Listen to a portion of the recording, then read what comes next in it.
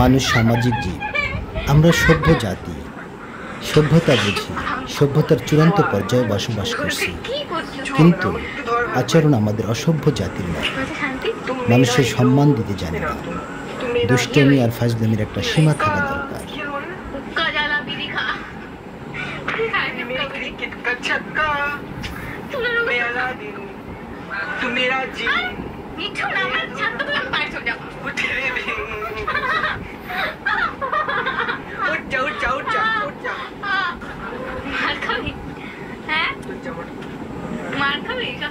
আপনার চাচাতো বোন হতে পারে, আপনার মামাতো বোন হতে পারে, আপনার খালাতো বোন হতে পারে, যারা আপনার বাড়িতে বেড়াতে আসে, তাদের সাথে এই ধরনের দুষ্টমি ফাজলামি করতে করতে একেবারে সীমা ছড়িয়ে যাওয়া, এটা কেমন সভ্যতা? এটা সত্যি একটি অসভ্য।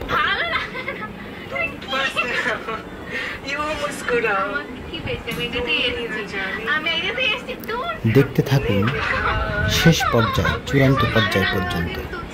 মানুষ কেন অতিষ্ঠ হবে না?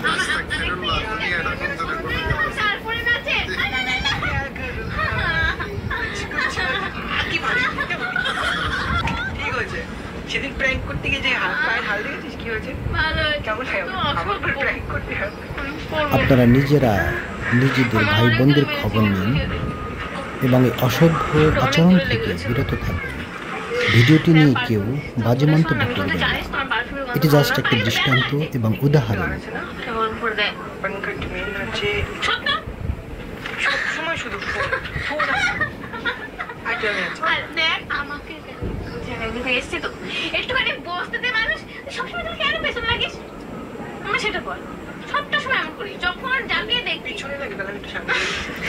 হয়তো কোনো আপন ভাই আর আপন বোনের সাথে এই ধরনের দুষ্টামি করতে পারে না।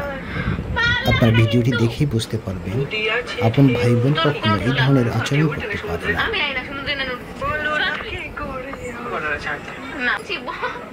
আমার ভালো লাগছে না মিঠু,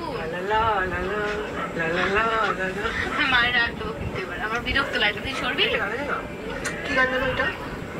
যদি কখনো মনে করেন যে আপন ভাই এবং আপন বোন এই ধরনের দুষ্টমি বা এই ধরনের অসভ্যতায় লিপ্ত হয়েছে, তাহলে বুঝবেন সভ্যতা আর সভ্য না, সব কিছুই যেন অসভ্য এবং সেই সমাজ কখনো সুশীল নয়। আমাদের চারপাশে নিত্য নতুন এই ধরনের ঘটনা অহরহ ঘটেই চলেছে।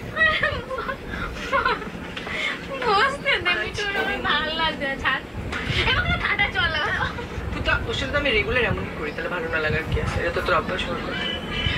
মানে কি পাস তুই আমারে বল, তুই আমারে কি পারবি? তুই আমার সাথে না, শুধু আমার সাথে সব। হ্যাঁ, তাকদি মুভি দেখা লাগে না, ইসিলিয়ে বলা হয় তুই ডবল ভালোবাসো। গোরের ডি সুযোগ সন্ধানী এরকম ভাইরা তাদের বন্ধুর জন্য কতটাই বিপজ্জনক তা আপনারা দেখতে বুঝতে পারবেন বা দেখতেছেন এবং অনুধাবন করতেছেন। সুতরাং সাবধান।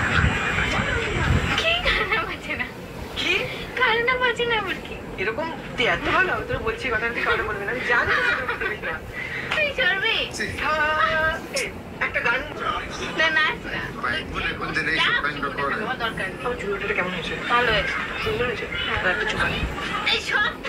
এটি কখনোই আপন ভাই হতে পারে না এবং তার আপন বোন হতে পারে না।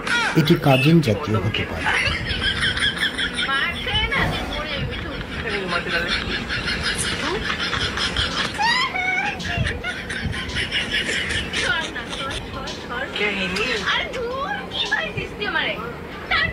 আমাদের এই সমাজে এই ধরনের অসভ্য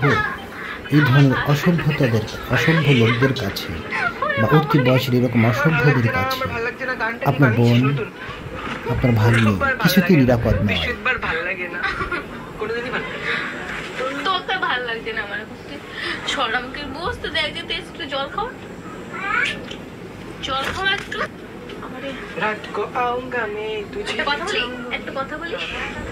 মজা করার অনেক টাইম পাবি, পরে মজা করিস, আমার ভালো লাগবে।